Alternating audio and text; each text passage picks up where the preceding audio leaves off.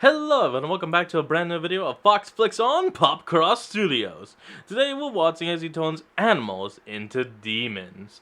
Now as the video gets going I'll move my camera, so let's get going. Last week's Phobias as Demons Part Ooh. 6 episode, I think, is some of the best storytelling I've done on this channel. Loud. And people in particular seem to respond really well to the third story in that episode. And so maybe that character is going to be showing up again soon. But anyway, I thought since lots of people still seem to be into the demon series, I would try a spin-off now that I've been wanting to try for a little while, which is animals as demons. And obviously I've already done a few animals as demons in the Phobias as Demons series, but this is going to be formatted a little bit more like my dinosaur demons episodes. In terms of the lore anyway, you'll see what I mean soon. In fact, right now, let's just get into it, shall we? Let's go! Hit like if you want, subscribe if you feel like, but either way, enjoy the show. Let's go. Something I've become certain of in the last while is that all demons of fear were originally spawned from one being. Her true name is unbeknownst to me, but looks like we're starting this off with the fear of arachnids, aka arachnophobia. she is often referred to Wait, no, we're not doing phobias as demons, we're just doing animals. So it must be a spider. as Fear herself. A small number of her demons of fear have also, unfortunately, come to the realization that, like she created demons to do her bidding, they could then create demons Wrong, it's a crab. of their own. Sorieklis was one of these demons Ooh. who became a demon general by making his own demon spawn, but another of these is Zuphiathan. This demon hungers for those with a fear of animals, and as such has no shortage of living creatures to base its demons off of. It has created dozens of demons to further instill a fear of animals in Okay, now that's creepy. You're giving it human hands at the front of it? Oh my god! to its victims, so that they can then feed and send the grim energy they absorb to strengthen their master. One of these demons spawned is Klaboclak. This demon can teleport itself into the next nearest body of water to it, so it will often transport itself through neighborhoods with pools in the late of night, until it senses one with a fear of animals. Even better if it can find one with Caborophobia, the fear of crabs and lobsters. When it senses that it is close, it will then open its maw wide and vomit forth a massive cast of small crabs to scuttle their way into the home of the prey it seeks. All these crabs have a toxin within their claws, so that once they pinch their prey and puncture their skin, the victim will near instantly lose their voice. The crabs will awaken their prey with this initial pinch, then lure the panicking prey outside to the pool, where Klaboclak waits. To ensure it doesn't injure the prey too severely yet, Klaboclak will reach out of the pool a pair of orange human hands to grab the victim and pull them under. It will then open its maw to reconsume the cast of crabs, then transport itself and its victim across as many bodies of water as it needs to until it reaches a private beachside. It will then release its prey and allow them to scramble to shore. They can then run and try calling for help to no avail, but Klaboclak will always scamper its way into their path, clacking its massive claws closer and closer to the victim's face. Once it has cut off their escape enough times, it will then even snatch them by one of their limbs and hurl them back into the water. If it senses any aid approaching, it will then simply grab its prey once more and transport them to a new location to continue their torment. This demon will often be satisfied with the fear it has wrenched forth after a few hours, and then it will snip its prey to pieces before devouring the severed bits one by one. Oh my god! Now, I was actually kind of surprised to see in the comment section of the last Phobias as Demons episode a bunch of requests for a fear of crabs. I mean, it was probably only like 3 or 4 people, but it still seemed like such a specific one that I didn't know was a thing, that I was just surprised seeing it pop up a bunch of times. So I was like, yeah, sure, why not? I really love doing crab-based designs or even insect-based designs, and I don't really do a ton of them, slightly partially because with insect or crab kind of designs, often I have to do a lot of limbs that can be a little bit tedious to position them all, and looking at this one now, I'm even realizing I probably didn't give it enough limbs, because crabs are decopods, they're supposed to have 10 limbs, and from looking at this, I only gave it 8, although— Wait.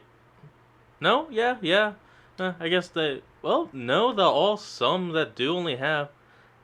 wait, am I thinking of that right? What else? A crab that only has It has 8. Like, it's got the 6 on the side and then the 2 pinchos. No, I guess all crabs all decopods. Eh. Although you could argue that one of the sets of legs is just in behind it, obscured by its big body. One critique I have seen of my demon designs a couple times is that some of them don't quite look demon-y enough, like they just look like they could fit into my fantasy monster series or something, and like they kind of just look like dire animals. And I guess I do a bit of that in this, just doing like dire, slightly monsterier versions of the animals that I'm basing these demons off of. And this crab probably leans more into that than some of the other ones, but I do think I have some more creepy, demon-y sort of designs coming. I guess you could say it leans in a pinch. Coming up, especially in the next drawing. So we'll get into that one in a sec, but first let's take a look at this. I gotta say, not bad to start off with. And I actually love crabs. They're one of my favorite animals. Paul had just about had it with the cat he'd gotten his daughter Bailey. He'd gotten the thing as a kitten to try and help his daughter get over her massive fear of animals, but it hadn't done much good. For one thing, the cat had grown unusually quickly, only having stayed at kitten size for about a week. Bailey also came running into Paul's rooms many nights, screaming that the thing was eerily grinning at her while she slept, and even clawing at the girl's skin. But Paul never saw any marks, and never saw any evidence of it himself. Still, the cat was pretty odd. Worse still, it had started hissing furiously any time Paul's new neighbor stepped outside her home. Early on, the woman had even seen it screeching at her, and in response she'd given the cat the finger as she took out the garbage. Not a great first impression for Paul, who thought the woman was pretty attractive. They hadn't formally met yet, but he knew she was also a single parent herself, with a daughter that could potentially be friends with Bailey. He'd gotten to a point where he was considering options of how to get rid of the animal. But soon that wouldn't be necessary. He awoke one night with a fright, unsure of why, but just knowing that he had a strong sense that something was wrong. He looked around with his heart pounding and tried to calmly get out of bed, despite his adrenaline rushing. He opened his bedroom door and walked down the hall. He headed to his daughter's door and listened in. He heard nothing. But after a moment, that ended up feeling strange. It was almost too quiet. Bailey was not a calm sleeper. Often Paul would hear her tossing and turning, or at least breathing heavily. He quietly turned the handle, but as soon as the door was the slightest crack open, sound exploded from the room, hissing and roaring like there was a zoo inside, along with the nearly drowned-out sounds of Bailey screaming. Well, silent a second ago, now the sound could have been heard across the block. Paul ripped open the door to see that the room had somehow stretched to 5 times its size. In its center was Bailey, surrounded by tigers with disfigured heads, lions with blood spilling from their eyes, and what appeared to be a humanoid version of their pet cat, flaring. I will say, amazing storytelling and very, very visual. Graphic? No. I can imagine it all. That's all I'm saying. Its claws at the girl. Little did Paul know that the creature he'd adopted was no mere kitten, but the shape-shifting cat demon, Olorifine. The demon looked up at him past the horrified crying child, but none of the surrounding felines turned. They just kept roaring and hissing with near-deafening noise. Paul had no idea what to do, but on instinct he just ran towards Bailey. The demon flared its claws, and 2 of the tigers stomped into his path. Paul tried to leap over them, but tripped over his own feet and fell right towards one of the beast's jaws. Dumbass! But ended up falling through it. He hit the ground and sprung up quickly, finding he was able to pass his hands through the creatures. They were just illusions. Still, he had to get Bailey out of there. He ran through the rest of the cats and reached out to grab his daughter, but was slashed across the face by the demon. It was certainly no illusion. 4 gashes cut open across Paul's face as he was flung back to the ground. The demon snickered in a vile hiss. "What's the matter? I thought you wanted Bailey and me to become more acquainted." It patted its paw roughly on the girl's head, and she shook with violent tears. Even though it felt futile, Paul was about ready to try leaping up again, when a boisterous voice called from the door behind him. "Oh, I knew it from the second I saw that thing, that you had one up cat. Standing tall at the room door was his new neighbor, Tamika, holding a shotgun in bright pink pajamas. She cocked her gun and fired at one of the tigers just to see the bullets fly through it. Paul stammered out, only that one is real.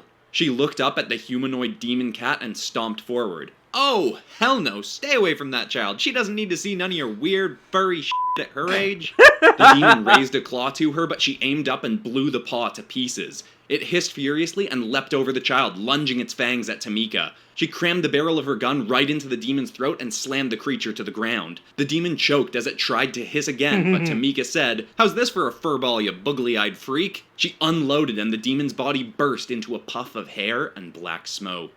All the illusions suddenly vanished, and the room shrank back to its normal size. Paul leapt up and wrapped his arms around his still shaking daughter. There was a brief moment of calm, but then they both suddenly leapt in terror as another shot rang from Tamika's gun. Paul whipped around to see that she had just shot one of Bailey's dolls off her shelf. It was now blown to pieces on the floor. He looked up at her, confused, and she just said, "What? Don't trust those things neither. Some of them got goo in them." I was so happy to see the response to Tamika in the comment section of the last video and her doll story. I thought that story was going to be funny and really catch people off guard, but the comments were, even Benny Sharp didn't get that good of a response when I first created him. And I think the main reason for that was it was just such a shock. For one thing, I never swear on this channel, so having a swear word even completely bleeped out to still keep things PG would be a massive shock to people, and the fact that when I started writing that story, I wasn't writing it as a funny story from the start. But I got to a point where the story was going to be too long, at the point where the doll was showing up in Tamika's bedroom, and I was like, what if I just have Tamika go all out right from here? Like, she is not going to take any more of this weirdness. And so it kind of double caught people off guard, and part of the inspiration for having the bleeped swearing was actually from Puss in Boots: The Last Wish. For anyone that's seen it, or hasn't seen it, I guess, there's a character in it called Purito, who's the, cute little chihuahua dog character. Oh, I know what he's talking about. He's talking about the scenes where Porito goes off on the 3 bells. Like, having all that happen literally just makes you go, oh my god. It was great! And there are a couple times where he swears and it's bleeped out, and it is just so hilarious. And that movie is still PG, so apparently you can do that and still have things be PG. But anyway, I was super happy to bring her back, but I also know that this isn't a joke that I can overuse. Like, the shock factor will wear off. So if I'm gonna bring her back, I gotta, try and make sure I still have funny lines for her that aren't just reliant on that. Anyway, I hope you all like this art and story. Let's take a look at the finished drawing. I have to say, that was honestly a great story. Especially when she just kicked the door down and it's like 9 lives? 9 gauge. Oh, hold on. Now, yes, I know that shotguns don't have, there isn't such a thing as a 9 gauge, but come on, I was trying to make a joke, so relax. Thrive in an environment where they can swim. Some have the ability to swim through the air, some will bring their victims to the water, but Krokelitok is one of the few who will bring the water to its prey. Ooh. A young man named James was the most recent victim hunted by this creature. It had sought him for his deep-rooted fear of crocodiles, for, as a child, he'd seen them being fed at a local zoo, and in the havoc that ensued as their meal was hurled into their cage, one of the crocs snatched another by the leg and rolled in the dirt until it had torn the other's foot off and devoured it. This was a traumatic and horrifying sight that remained burned in his mind for years to come. Seeing a simple image of a crocodile or alligator, or even large lizard, would cause his heart to pound and his breathing to shallow. The night... Wait, even the Komodo dragon? I can understand that. Krokelitok came for him. James was awoken as he heard his closet door ever so slowly creaking open. He thought little of it at first, as his family home had drafts, but when he glanced over, he could see looming in the darkness 2 glowing green lights. His mind cycled through possibilities of what they could be, but he had no idea. He sat up to look closer, and as he did, he noticed that a puddle of water was spilling out of his closet. And the second he saw it, the water started coming faster and faster, until it was practically a tidal wave pouring out and filling his room. James tried calling out for anyone to help, but nobody came. Within a moment, the water had half filled the room, and that was when the eyes came closer. Just peeking out of the water were not one, but 3 sets of eyes skimming across the still rising tide. James backed farther onto his bed that was being lifted higher and higher. The creature dove down and vanished in the swirl of water, and soon, James's head thudded against the ceiling. He tried lying flat to stay on the bed, but before the water rose more, the bed was flipped from beneath, and the boy dropped into the water, seeing a large, snarling crocodile floating before him. He tried to swim towards the window, but the creature bit into his leg and death rolled around and around, disorienting James and getting him closer and closer to drowning, before releasing him. He swam up to the surface and got the briefest breath of air before he was dragged under again and spun once more. This happened 2, 3 more times, and even through the swell of water around him, James could feel tears burning on his cheeks. But even in his confused, terrified desperation, after a moment of considering just giving up, he remembered what he'd learned about crocodiles. After years of having been horrified of them, he decided to try to solve his fear by learning all he could about them, to give him some semblance of hope that if he did ever come near one, he'd have something he could do. And there was at least one... That's actually a very smart move. If you're afraid of something, learn everything about it, because you can't feel what you know. That's kind of why humanity has the one feel of the unknown. If we don't know what it is and we can't explain it, we're naturally afraid of it. Which is why we try to rationalize everything, whether it be through religion, magic, or science. One piece of information that could prove useful. The next time the croc released him, instead of swimming for air, despite desperately needing it, he spun around and wrapped his arms right over its mouth to hold it shut. This thing clearly wasn't a normal croc, but he hoped it would still have the same weaknesses. The croc thrashed and thrashed. Now, you see, the reason why is that alligators or crocodiles, I forget which he's talking about, they have only the force to close their mouth. They don't have the force to open it. And so if you can get one and get its mouth closed, you win. And it can't do anything because it doesn't have enough force to go open it. It's just, They are literally vitals, and that's it. They can't open. But couldn't get its mouth open. You see, crocodiles may have incredibly powerful bites, but their muscles to open their jaws is very weak in comparison. James's lungs felt like they would explode, but he knew he couldn't afford to let the creature's mouth open again. He stared it in its eyes, and to his surprise, it actually started to cry. Or at least purple ooze started to spill from its eyes. Still wrapped around it, James pulled back one of his hands and crammed his fingers right into its eye. Ow! The creature thrashed its head aside in pain and slammed James against the window, which shattered open and he was poured out onto the roof of his home. The water pushed him and he rolled until he was just able to grab the ledge of the roof. He was finally able to gasp in air as the last of the water trickled down around him. He pulled himself back onto the roof and limped on a broken leg over to his room. He looked inside, and there was nothing there. The window was still shattered, but everything was dry, except for James, and all his furniture was back in its proper place.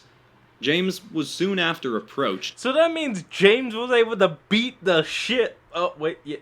You know what? Yeah, he beat the shit out of a demon! That is incredible! He's like, if I'm going down, I'm taking you with me, mother... in secret by a member of the Predator Coalition of Demon Hunters named Peter, who told him about the creature that he'd faced. Well, it had been a treacherous incident. The experience gave James confidence unlike anything he'd had in his life. If he could beat a demon crocodile... Give me a moment, folks. I'll be right there. And we're back. Sorry about that. Then he felt he could handle anything else life threw his way. Truly.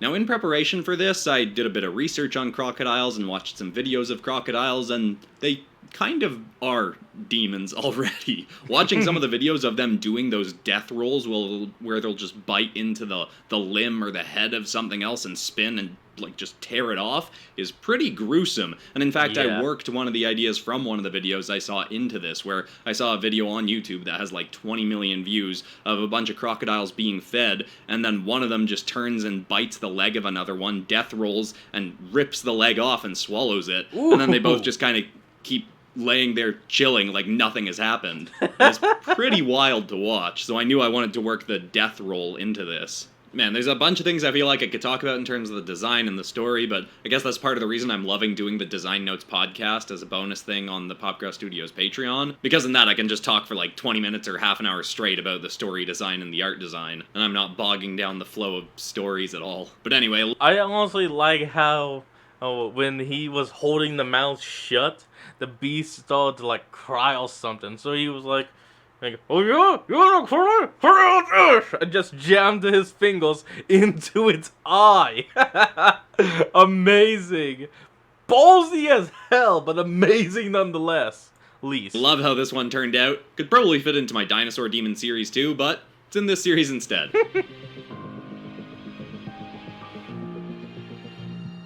You know, I wonder what set of eyes he was staring into.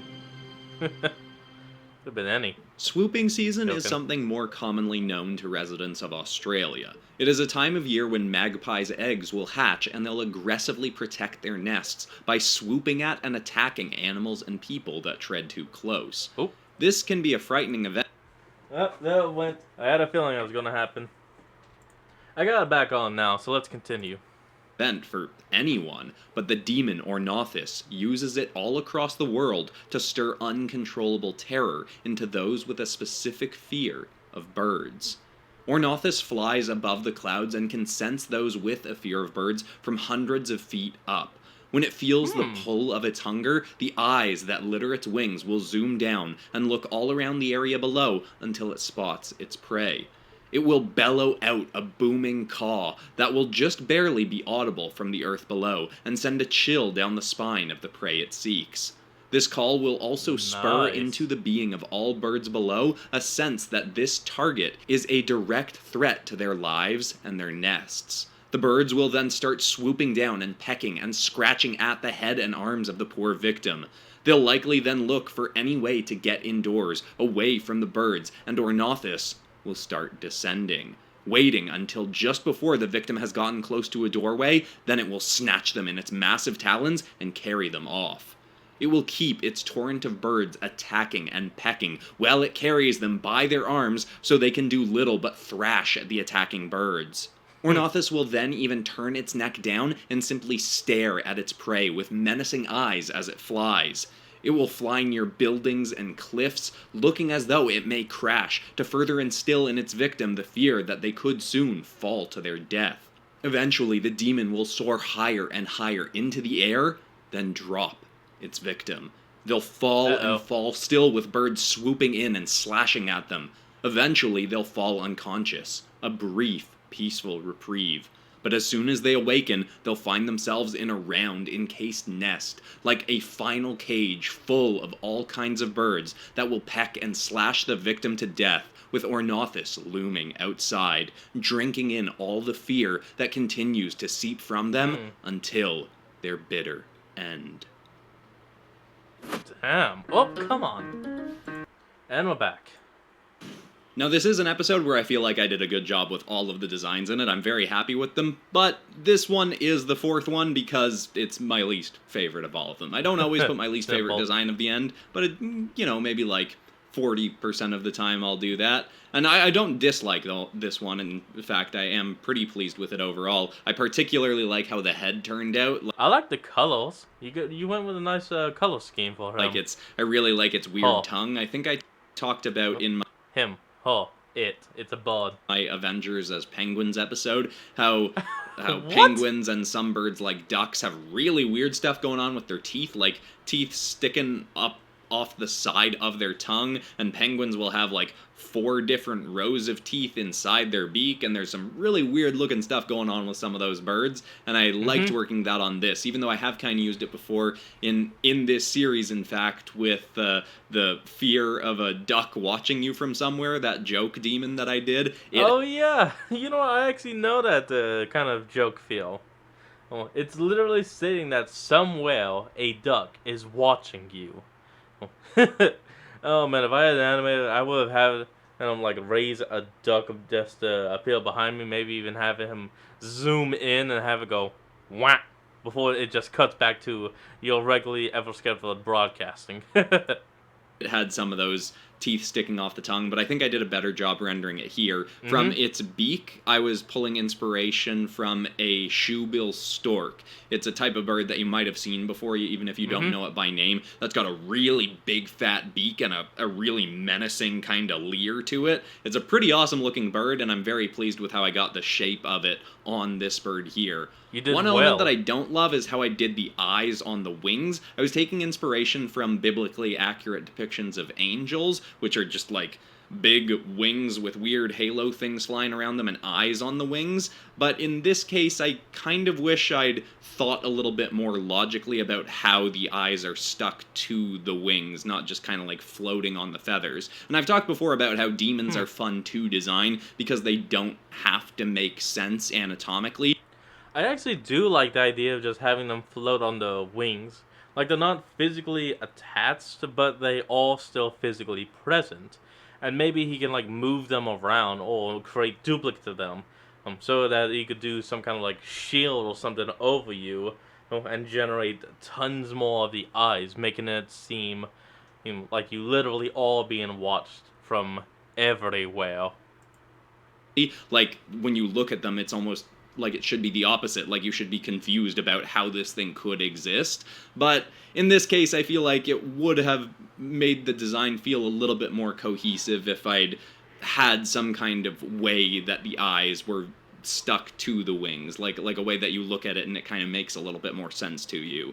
I also don't yet love a rendering style for feathered wings. I feel like that's something I'll want to figure out. I've done decent jobs at it before, but I don't love my technique for it. So I'm probably gonna figure out something better in the near future. But again, overall, pretty happy with this, and I don't think it detracts from the episode at all. And, you know, maybe this is even someone's favorite. So let's take a look at the finished result. I have to say, it's actually not a bad bird demon. I may not care for it, but it's not bad. I hope whoever does care for it loves it. That is a demon episode right there. I love this, and I would love to do more, so give me other suggestions for other animals you'd like to see turned into demons next if I do a round 2. Also, if you're new here... I'm sorry, but was the outside of his window like frosty plants? Huh. Almost seemed like some kind of a beach area frozen.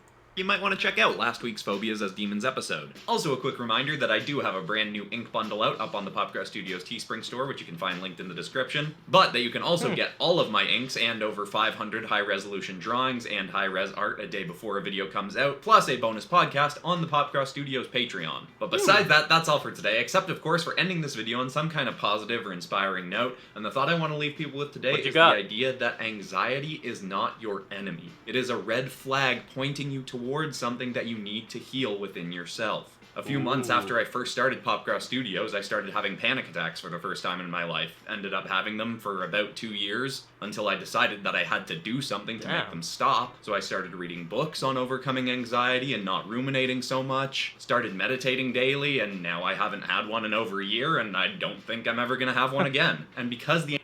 Well, I do actually have to agree with him on that. Anxiety... you know what, I'll move over here.